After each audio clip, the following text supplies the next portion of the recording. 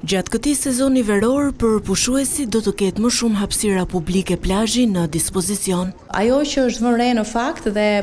aspekti pozitiv i ndryshimit edhe të njësër rregullash edhe kriteresh ka qenë që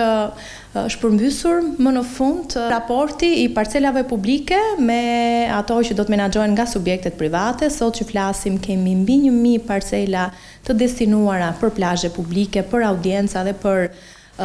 pushues, të cilët do t'i përdorin ato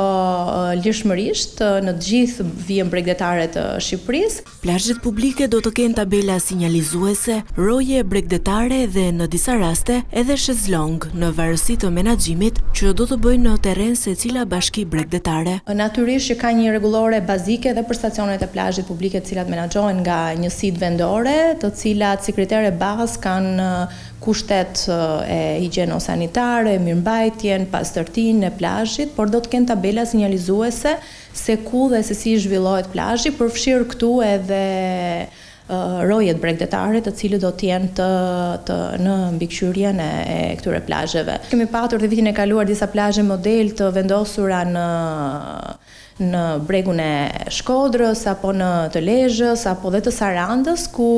u krijuan plazhe të menaxhuara nga bashkitë dhe që patën do të thoja unë një sukses